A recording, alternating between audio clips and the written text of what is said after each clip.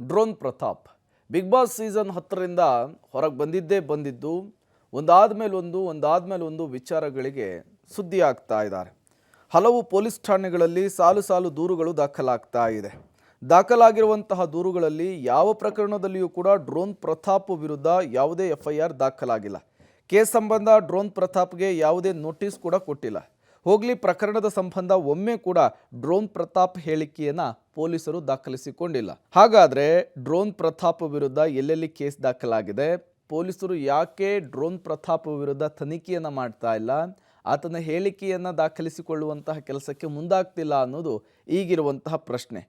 ನೋಡಿ, drone Prathap Bigg Boss season 10 runner up ಆಗಿ ಹೊರಗೆ ಬರ್ತಾರೆ. ಮೊದಲ ರನ್ನರ್ ಅಪ್ ಇವರು. ರಾಜ್ಯಾದ್ಯಂತ ಸಿಂಪತಿಯ ಮೂಲಕವೇ ಒಂದು ದೊಡ್ಡ ಮಟ್ಟದ ಸುದ್ದಿಯನ್ನು ಮಾಡಿದವರು ಡ್ರೋನ್ ಪ್ರತಾಪ್. ಅದಾದ ಮೇಲೆ ಡ್ರೋನ್ ಪ್ರತಾಪ್ ಮೇಲೆ ವಂಚನೆಯ ಕೇಸ್ಗಳು ದಾಖಲಾಗುತ್ತೆ. ಈಗ ಮತ್ತೊಂದು ಕೇಸ್ ಕೂಡ ದಾಖಲಾಗಿರುವಂತಹದ್ದು.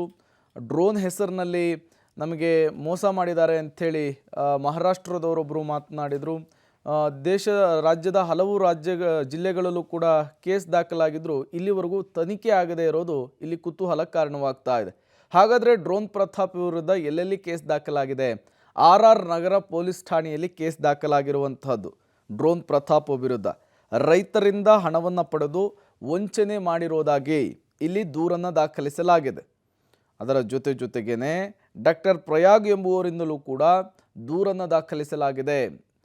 ಡಾಕ್ಟರ್ ಪ್ರಯಾಗ್ ಅವರು BBMP ಅಧಿಕಾರಿ. RR ನಗರ ಠಾಣೆಯಲ್ಲಿ ಪರಮೇಶ್ವರ್ ಎಂಬುವರಿಂದಲೂ ಕೂಡ ಕೇಸ್ ದಾಖಲಾಗಿರುವಂತಹದ್ದು.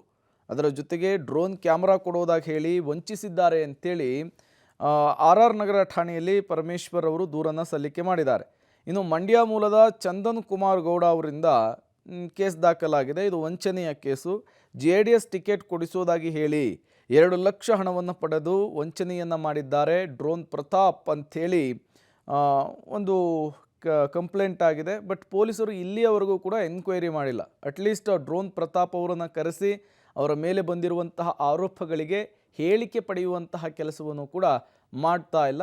ಇದು ಯಾಕಾಗಿ ಅನ್ನೋದು ಈಗಿರುವಂತಹ ಪ್ರಶ್ನೆ. ಬಿಗ್ ಬಾಸ್ ಮನೆಗೆ ಹೋಗೋದಕ್ಕಿಂತಲೂ ಮೊದಲು ಕೂಡ ಕಾಂಟ್ರವರ್ಸಿಗಳ ಮೂಲಕವೇ ಹೆಚ್ಚು ಸದ್ದು ಮಾಡಿದ್ದು Drone Prathap. Bigg Boss season 10ರಿಂದ ಹೊರಗೆ ಬರ್ತಾ ಇದ್ದ ಹಾಗೆ ಮತ್ತೆ ಕಾಂಟ್ರವರ್ಸಿಗಳ ಮೂಲಕ ಸದ್ದನ್ನು ಮಾಡ್ತಾ ಇದ್ದಾರೆ.